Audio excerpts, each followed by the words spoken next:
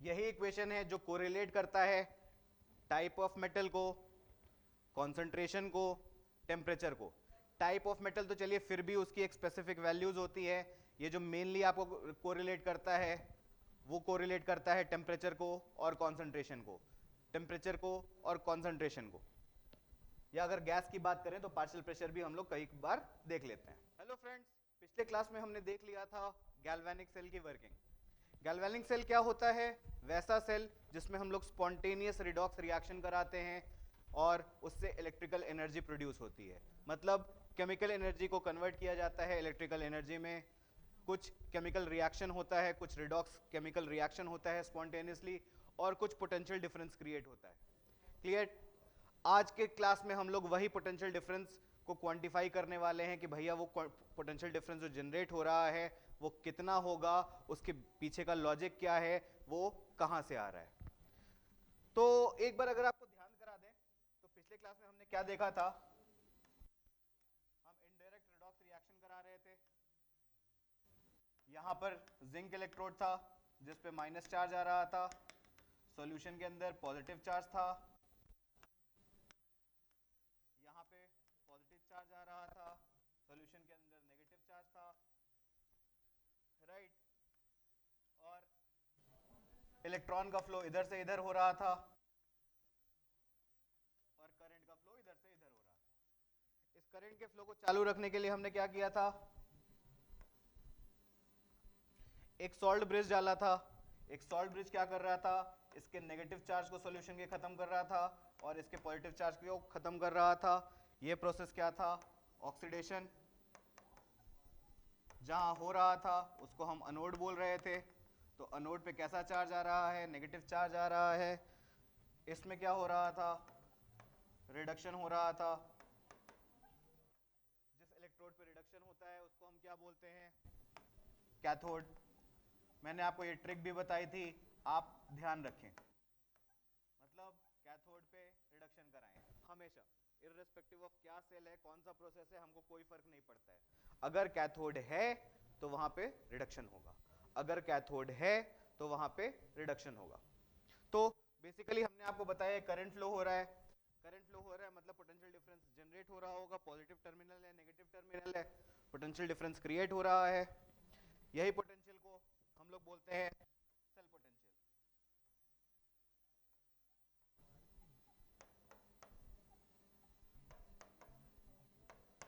या EMF of cell. ये जो पोटेंशियल डिफरेंस क्रिएट हो रहा है इसी चीज को हम लोग बोलते हैं सेल पोटेंशियल या ईएमएफ ऑफ सेल या ई सेल। तो बेसिकली कहानी को आगे ले जाते हैं। आज की अगर कहानी को आगे ले जाए तो सबसे पहला जो हमारा टॉपिक है वो है फैक्टर्स अफेक्टिंग। तो इलेक्ट्रोड पोटेंशियल की बात कर सकते हैं। दोनों सेम लॉजिक से आने वाला है। तो क्या क्या फैक्टर्स अफेक्टिंग है सेल पोटेंशियल को के लिए या इलेक्ट्रोड पोटेंशियल के लिए? सबसे पहले nature of metal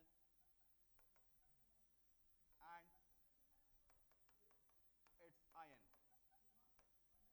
nature of metal and it's ion कहने का मतलब है जो आपने सेल बनाया हुआ है वो किस मेटल से बनाया हुआ है, आप क्या यूज कर रहे हैं। फॉर एग्जाम्पल अगर आप आयरन मेटल यूज कर रहे हैं और इसका Fe2+ में लेके जा रहे हैं तो इसका वैल्यू कुछ और आएगा। अगर आप आयरन यूज कर रहे हैं और Fe3+ में लेके जा रहे हैं तो इसका वैल्यू कुछ और आएगा। या जिंक आप यूज कर रहे हैं, जो कि पिछले क्लास का हमारा एग्जांपल था, जिंक और कॉपर का केस। जिंक को आप Zn2+ में लेके जा रहे हैं तो वैल्यू कुछ और आएगा। और अगर सोडियम को Na+ में लेके जा रहे हैं तो वैल्यू कुछ और आएगा। तो बेसिकली जो सेल पोटेंशियल है, जो इलेक्ट्रोड पोटेंशियल है, वो किस पे डिपेंड करती है? मेटल कौन सा यूज कर रहे हैं और उसका आयन कौन सा आ रहा है, इस चीज पे डिपेंड करता है। आपने बचपन में पढ़ रखा है 10th क्लास में भी रिएक्टिविटी सीरीज, कौन सा मेटल ज्यादा रिएक्टिव है, कौन सा मेटल कम रिएक्टिव है। बेसिकली ये इसी चीज पे आधारित होती है, इलेक्ट्रोड पोटेंशियल पे आधारित होती है, राइट? जो ज्यादा यही चीज हम लोग इसके आगे डिस्कस करने वाले हैं। तो पहला फैक्टर है nature of metal and it's ion. ये चीज हमने बचपन में भी पढ़ रखी है, कौन ज्यादा रिएक्टिव मेटल है, कौन कम रिएक्टिव मेटल है। यहां पर हमने लॉजिक देखेंगे कि वो सीरीज किस बेसिस पर लिखा गया है। जो सेकेंड फैक्टर आने वाला है वो है कॉन्सेंट्रेशन ऑफ आयन। यहां पर हम लोग मेटल और आयन तो यूज कर रहे हैं, लेकिन उस आयन का क्या कॉन्सेंट्रेशन है ये चीज भी इक्वली इंपॉर्टेंट है। तो सेल पोटेंशियल को और दूसरा कौन सा ऐसा फैक्टर है जो प्रभावित करता है, वो है कॉन्सेंट्रेशन ऑफ आयन। और तीसरा फैक्टर जो है वो है टेम्परेचर ऑफ एक्सपेरिमेंट।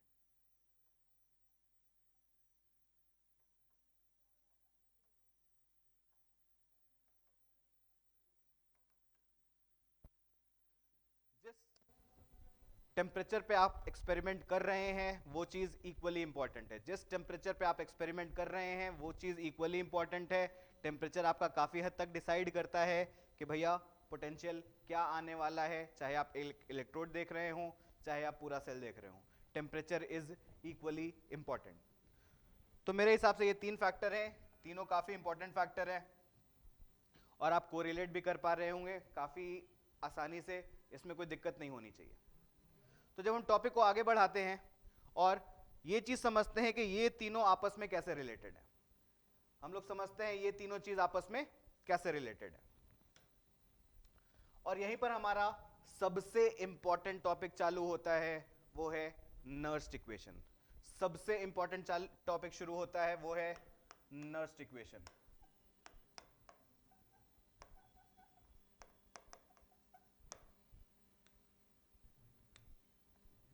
यही इक्वेशन है जो कोरिलेट करता है टाइप ऑफ मेटल को, कॉन्सेंट्रेशन को, टेम्परेचर को। टाइप ऑफ मेटल तो चलिए फिर भी उसकी एक स्पेसिफिक वैल्यूज होती है। ये जो मेनली आपको कोरिलेट करता है वो कोरिलेट करता है टेम्परेचर को और कॉन्सेंट्रेशन को, टेम्परेचर को और कॉन्सेंट्रेशन को। या अगर गैस की बात करें तो पार्शियल प्रेशर भी हम लोग कई बार देख लेते हैं। खैर, इस चीज को हम लोग डिटेल में समझेंगे। ये चीज क्या कर रहा है, relates temperature and concentration with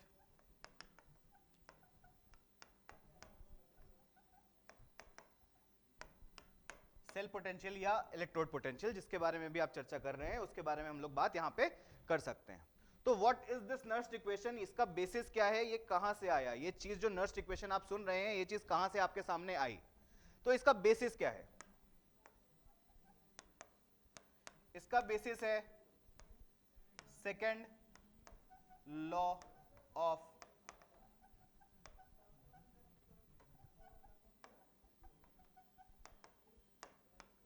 thermodynamics. इसका बेसिस क्या है, second law of thermodynamics. Second law of thermodynamics में हमने क्या पढ़ा था, सेकेंड लॉ ऑफ थर्मोडायनेमिक्स में हमने देखा था कि कोई भी प्रोसेस है वो स्पॉन्टेनियस कब होगा, उसके स्पॉन्टेनियस होने की कंडीशन क्या है। स्पॉन्टेनियस कहने का मतलब कौन सा प्रोसेस किस कंडीशन में अपने आप हो सकता है और किस कंडीशन में अपने आप नहीं हो सकता है, किस कंडीशन में आपको अलग से एनर्जी देनी पड़ेगी तब जाके वो काम होगा, और कौन सा प्रोसेस ऑलरेडी इक्विलिब्रियम में है और वो इक्विलिब्रियम कंटिन्यू करेगा। ये चीज हमने देखी थी सेकेंड लॉ ऑफ थर्मोडायनेमिक्स में। और उसमें भी हमने एक स्पेसिफिक टर्म पढ़ा था delta G. Delta G is change in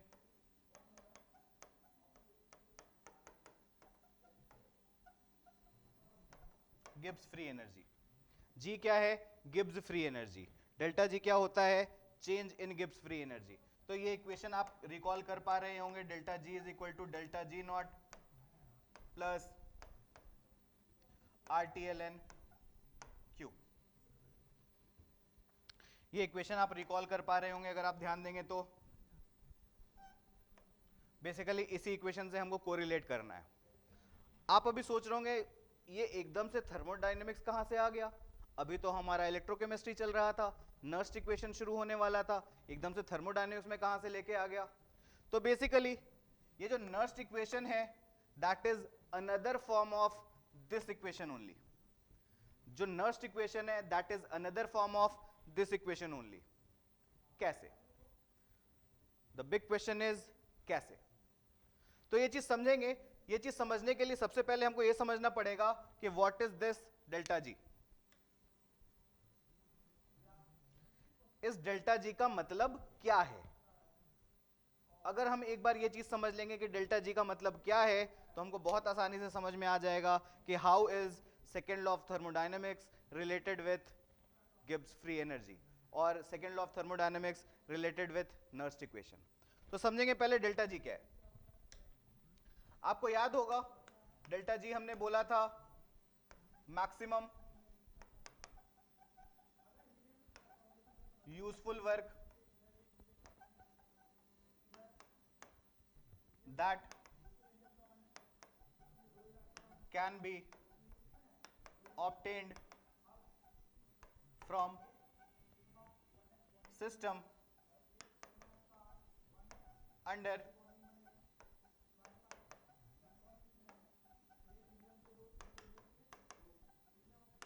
given condition। किसी भी कंडीशन में, किसी भी गिवन कंडीशन में एक सिस्टम मैक्सिमम आपके लिए कितना काम कर सकता है, मैक्सिमम आपके लिए कितना काम कर सकता है। कहने का मतलब है जितनी भी एनर्जी रिलीज हो रही है, जितनी भी एनर्जी रिलीज हो रही है उसको अगर आप यूज करना चाहें तो कितना एनर्जी आप यूज कर सकते हैं। अगर जो रिलीज एनर्जी है उसको अगर आप किसी काम में लाना चाहें तो कितना एनर्जी आप काम में ला सकते हैं। That is delta G. Correct? तो अगर हम यहां पे वर्क की बात करें, this is what useful work, और ये वर्क भी जनरली जो होता है वो नॉन एक्सपेंशन नेचर का होता है। खैर हमें थर्मोडायनेमिक्स में इतना डिटेल में जाने की जरूरत नहीं है, हमें जिस इक्वेशन का काम है वो मैंने आपको पहले ही लिख दिया है। अब मैं यहां पे देखता हूं इन हम लोग जो कंसिडर कर रहे हैं वो क्या है, इलेक्ट्रिकल वर्क। हम लोग जो कंसिडर कर रहे हैं वो क्या है, इलेक्ट्रिकल वर्क। इलेक्ट्रिकल वर्क मतलब आपको पता है क्या होता है, work is QV। Q charge को V पोटेंशियल डिफरेंस पे जब एक्सेलरेट किया जाएगा then whatever be the energy change is the work done. इसमें कोई कंफ्यूजन नहीं होनी चाहिए, ये हमने फिजिक्स के बहुत बेसिक फॉर्मूले में देख रखा है, फिजिक्स के बहुत बेसिक कंसेप्ट है ये जो हम बचपन से पढ़ते आ रहे हैं। अब अगर हम यहां पर ध्यान दें अगर अपने कॉन्सेप्ट में, तो हम लोग मान लेते हैं late n moles of electron is flown through a potential difference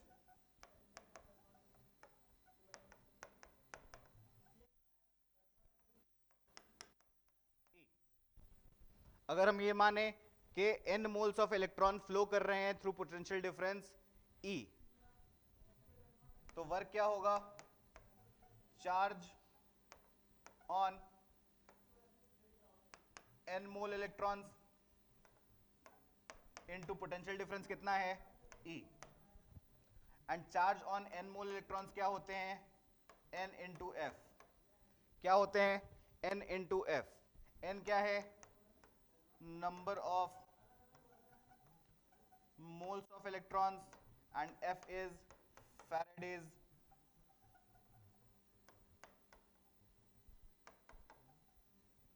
constant F। F की वैल्यू क्या होती है ये भी हमको याद रखना चाहिए, 1F बराबर 96500 कूलम। ये एक अप्रोक्सीमेट वैल्यू है लेकिन हम लोग ये लेकर ही क्वेश्चन बनाते हैं। तो मेरे हिसाब से इतना चीज आप समझ रहे होंगे। तो अगर हम वर्क को डिटेल में समझें या डिटेल फॉर्मूला लिखे तो हम लोग लिख सकते हैं वर्क बराबर NFE।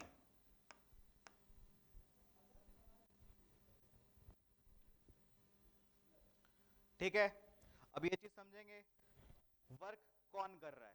बेसिकली सिस्टम ने काम किया है तो सिस्टम की एनर्जी घटेगी। तो हम यहां पर साइन कन्वेंशन के हिसाब से अगर चलें तो डेल्टा जी हम लोग जो एनर्जी चेंज है, गिब्स फ्री एनर्जी चेंज है, वो सिस्टम यूज कर रहा है काम करने के लिए, मतलब माइनस ऑफ NFE। इतना वर्क सिस्टम कर रहा है, सिस्टम की एनर्जी घट रही है, सिस्टम की एनर्जी घट रही है तो यूजिंग हम लोग साइन कन्वेंशन नेगेटिव साइन लेंगे तो डेल्टा जी बराबर हम लोग लिख सकते हैं माइनस NFE, करेक्ट। तो अब आप कोरिलेट कर पा रहे हैं what is this delta G and how it is related to cell potential. Delta G cell potential से कैसे रिलेटेड है ये चीज आप इस इक्वेशन से देख सकते हैं। यहां पर कुछ चीजें मैं आपको बहुत ध्यान से याद कराना चाहूंगा, पहले भी आपने ये चीज पढ़ रखी होगी। डेल्टा जी क्या है या जी क्या है? एक्सटेंसिव प्रॉपर्टी है।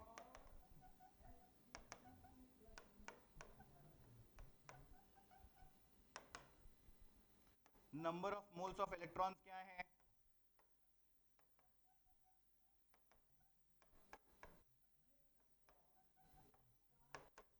एक्सटेंसिव प्रॉपर्टी है। F क्या है? फैराडेज कांस्टेंट एक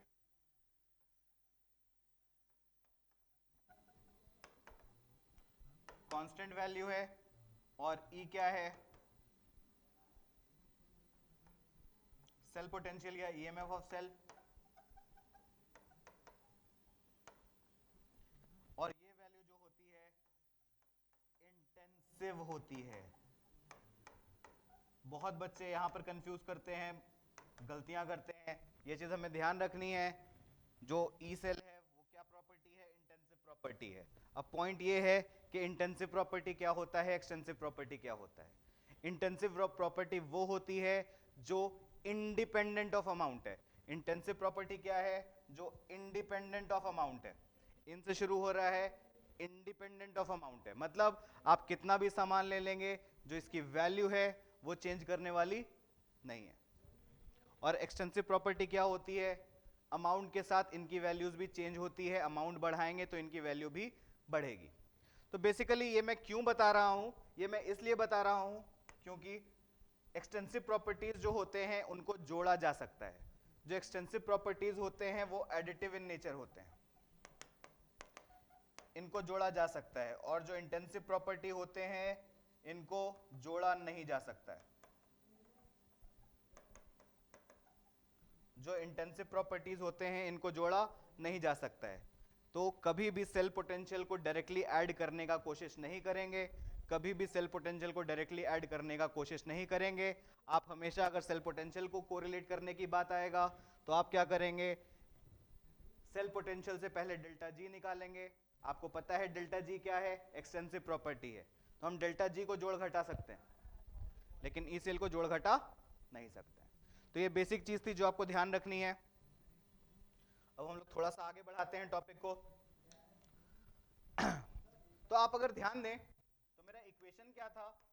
delta G is equal to delta G not plus RT ln Q, right.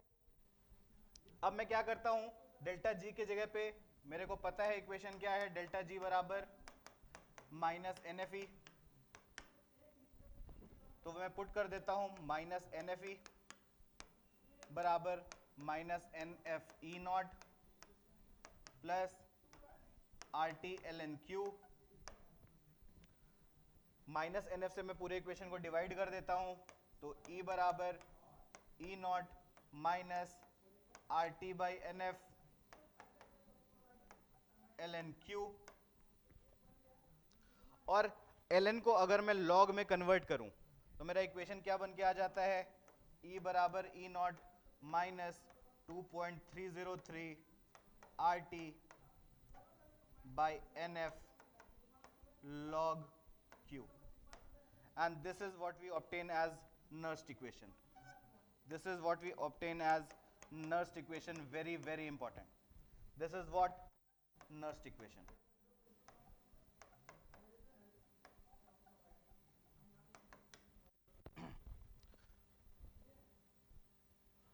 ये जो हमारा इक्वेशन ऑब्टेन हुआ है यही है नर्स्ट इक्वेशन। काफ़ी इंपॉर्टेंट है आपके सिलेबस के हिसाब से। अब मैं क्या करता हूं, एक बार इन सारी चीज़ों से आपको रूबरू करा देता हूं, वाकिफ करा देता हूं, आपको आगे की चीज़ें समझने में काफ़ी आसानी होगी। तो अगर मैं आपको बारी बारी से एक्सप्लेन करूं इसके सारे टर्म्स, तो मैं बोल सकता हूं ई क्या है? EMF of cell. अगर हम एक इलेक्ट्रोड के बारे में बात कर रहे हैं तो हम लोग बोल सकते हैं electrode potential.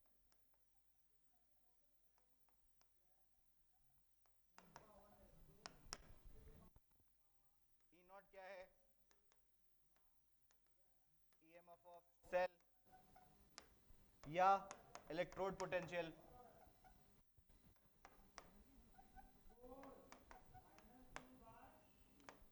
Eight standard conditions.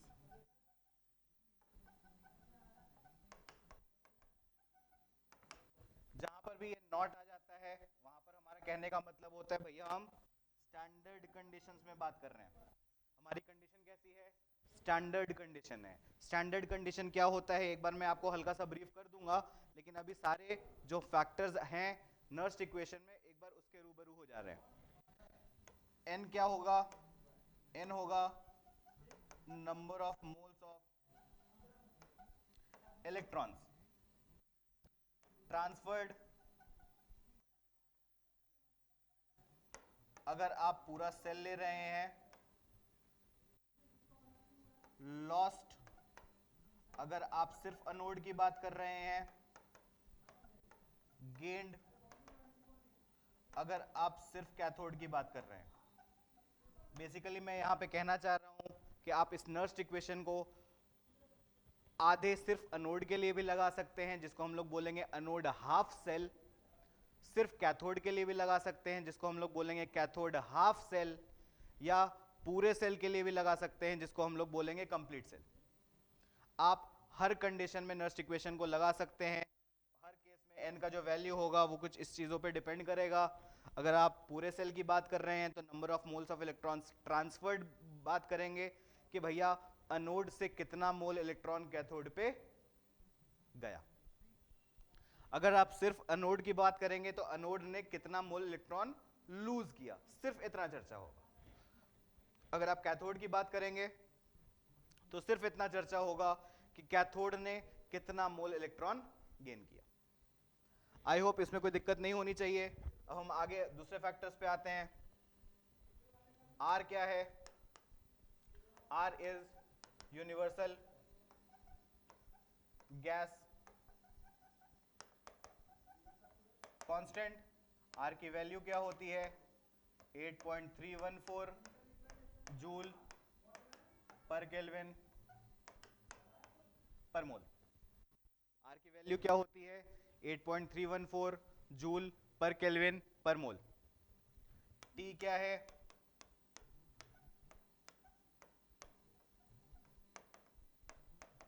Absolute temperature. Absolute temperature का मतलब टेम्परेचर इन केल्विन। केल्विन करके यूनिट होता है, ऐसा यूनिट है टेम्परेचर का। आपको हमेशा जब भी वैल्यू लेनी है टेम्परेचर की उसी यूनिट में लेनी है। और एफ की अगर बात करें तो ये काफी बार डिस्कस हो गया। एफ क्या है?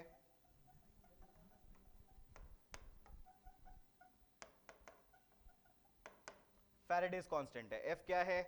फैराडेज कांस्टेंट है। इसकी वैल्यू अभी हमने बताई थी 1F बराबर 96500 कूलम। अब बात आती है मुद्दे की, व्हाट इज दिस क्यू? ये क्यू क्या है? ये हमने क्यू कहां देखा है आज के पहले? किस चैप्टर में देखा है? आपका आंसर होगा थर्मोडायनामिक्स, क्योंकि अभी हमने आपको इक्वेशन बता दिया। और कहां देखा है हमने ये क्यू? हमने और कहां देखा है? Very good. ये क्यू हमने देखा है इक्विलिब्रियम चैप्टर में। इसको हम लोग वहां पर बोलते थे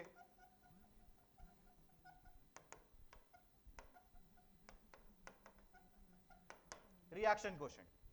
जी हाँ, ये वही रिएक्शन कोशेंट है जो हम लोग यूज करते थे ये डिटरमाइन करने के लिए इक्विलिब्रियम में कि रिएक्शन फॉरवर्ड जाएगा, बैकवर्ड जाएगा, या reaction at this point of time equilibrium पे है।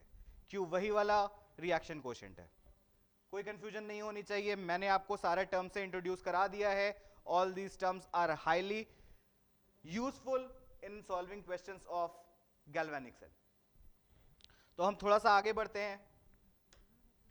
मेरा जो नर्स्ट इक्वेशन आया E बराबर E0 minus 2.303 RT by NF log Q।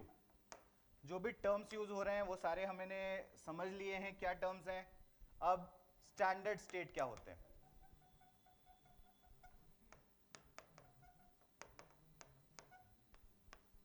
What is standard state? तो जब भी स्टैंडर्ड स्टेट की बात आएगी आपको कुछ चीजों का ध्यान रखना है। स्टैंडर्ड स्टेट का जब भी चर्चा आएगा, अगर आप कॉन्सेंट्रेशन की बात कर रहे होंगे तो आपको 1 मोलर लेना है। अगर आप पार्शियल प्रेशर ऑफ गैस की बात कर रहे होंगे तो वैल्यू आपको 1 बार लेनी है। ध्यान रखेंगे 1 बार, वैल्यू लगभग एटीएम के बराबर होती है, लेकिन आपको वैल्यू जो लेनी है वो 1 बार लेनी है।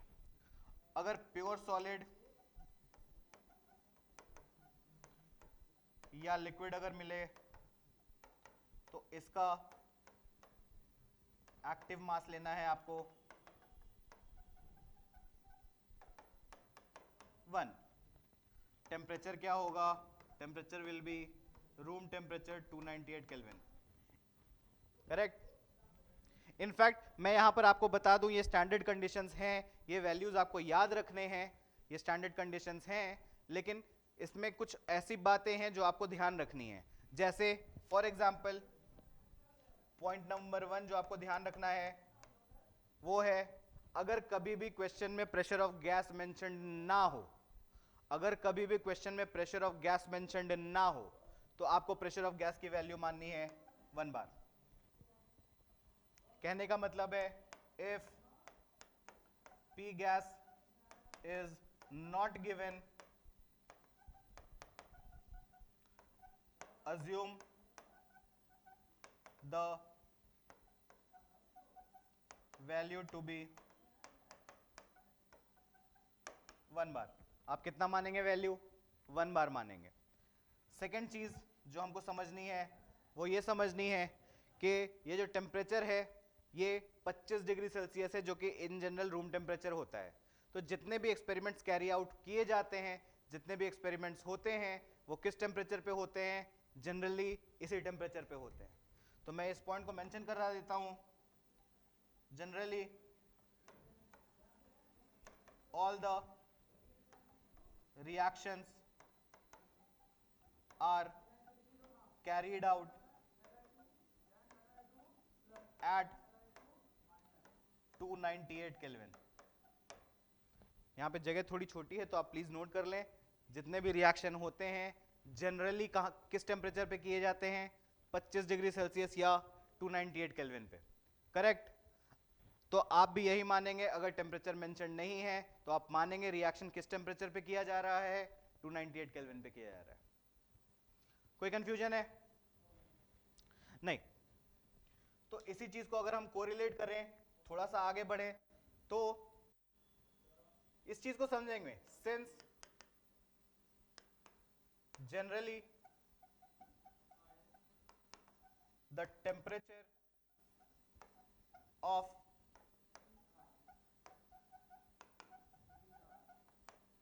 experiment is 25 डिग्री सेल्सियस और 298 केल्विन, जो आपका नर्स्ट इक्वेशन है वो क्या बन जाएगा? ध्यान देंगे,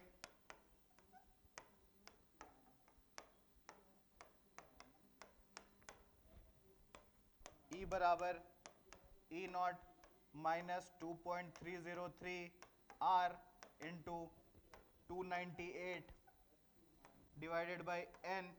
फैराडेज कांस्टेंट अभी हमने आपको बताया, that is 96500 log Q। Correct. तो अगर आप ध्यान से देखें तो ये जो पूरी वैल्यू है, ये पूरी वैल्यू किसके बराबर आ रही है? ध्यान देंगे 2.303 कांस्टेंट, R गैस कांस्टेंट है जिसका वैल्यू अभी हमने आपको बताया 8.314 जूल पर केल्विन पर मोल। टेम्परेचर हमने ऑलरेडी मान लिया है कि रूम टेम्परेचर पे एक्सपेरिमेंट हो रहा है, that is temperature should be 298 kelvin. And Faraday's constant हमें ऑलरेडी पता है। तो इन सारे कैलकुलेशंस को हम हर बार करेंगे, बार बार करेंगे, करते जाएंगे, इसका कोई सेंस नहीं बनता है।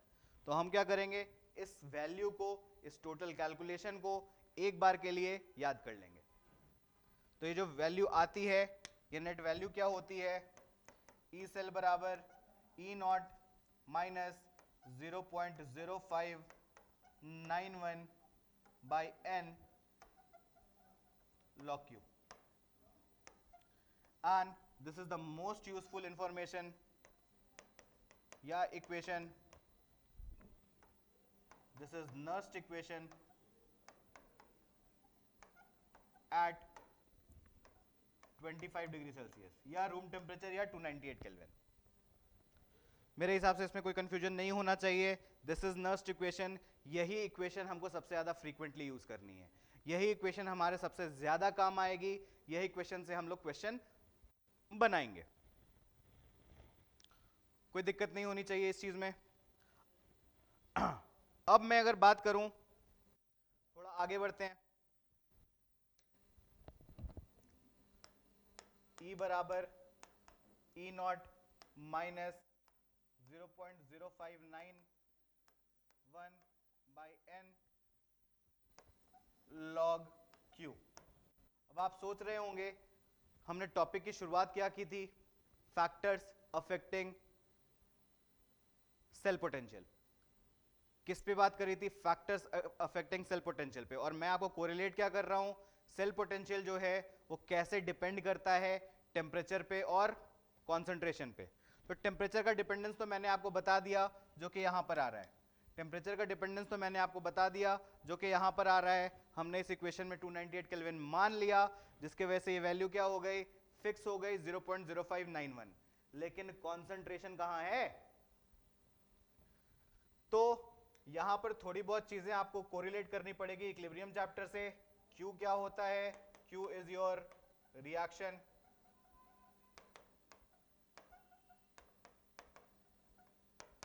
कोशेंट। Q क्या है, Q is your reaction quotient. अब ये रिएक्शन कोशेंट क्या होता है ये चीज समझेंगे। हालांकि ये भी चीज मैंने आपको बता दी है, इक्विलिब्रियम चैप्टर में आपने पढ़ा होगा, लेकिन अगर फिर भी कोरिलेट करना चाहें तो एक बार के लिए रिवीजन के लिए मैं आपको बता रहा हूं, आप चेक करेंगे। मान लीजिए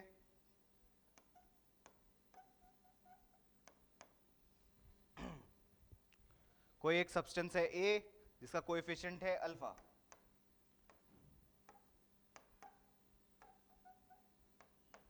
कोई एक सब्सटेंस है B जिसका कोएफिशिएंट है बीटा।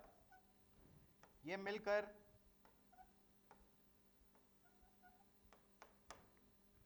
C बना रहे हैं गामा, मतलब प्रोडक्ट जो बन रहा है वो C बन रहा है, उसका कोएफिशिएंट क्या है, गामा।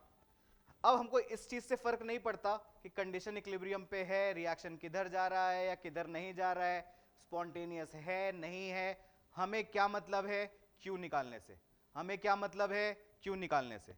तो अगर मैं Q की बात करूं तो हम लोग simple law of mass action एक तरह से लगाएंगे और कॉन्सेंट्रेशन ऑफ C लिखेंगे, और जो कोएफिशिएंट है उसको हम पावर में ले जाएंगे, डिवाइडेड बाय जो रिएक्टेंट है उसका कॉन्सेंट्रेशन और उसका जो कोएफिशिएंट है वो उसके पावर में ले जाएंगे।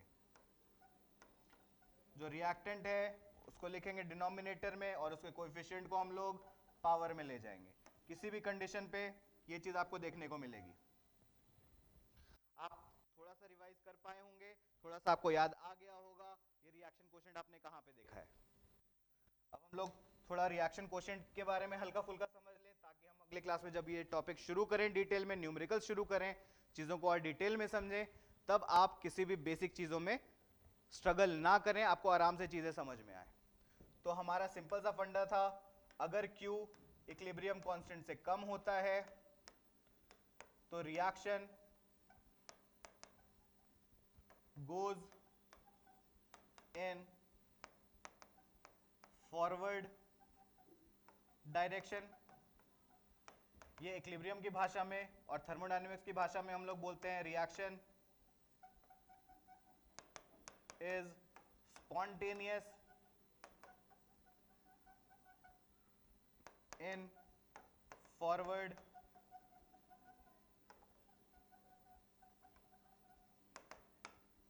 डायरेक्शन। अगर Q का वैल्यू इक्विलिब्रियम कांस्टेंट के बराबर आ जाता है तो हम लोग बोल सकते हैं reaction is in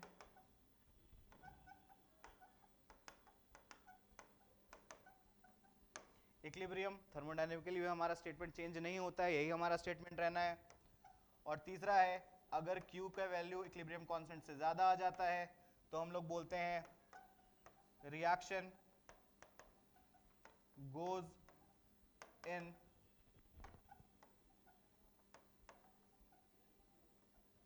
backward direction,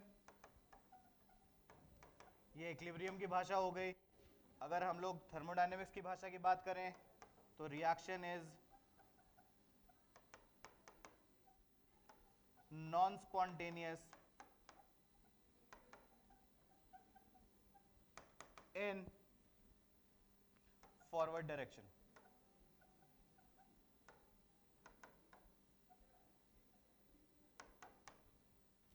तो बेसिकली जितनी भी चीज़ों की रिक्वायरमेंट है इस टॉपिक को डिटेल में पढ़ने के लिए, उसका एक बेसिक लेक्चर आप ये मान लीजिए कि हमारे पास नस्ट इक्वेशन कैसे आया, इस बारे में चर्चा हुई। नस्ट इक्वेशन जो आ रहा है ये किस किस फैक्टर पे डिपेंड कर रहा है, आपका सेल पोटेंशियल, कैसे सेल पोटेंशियल वेरी करता है, इस सारे बारे में चर्चा हमने आज आपको कर ली है।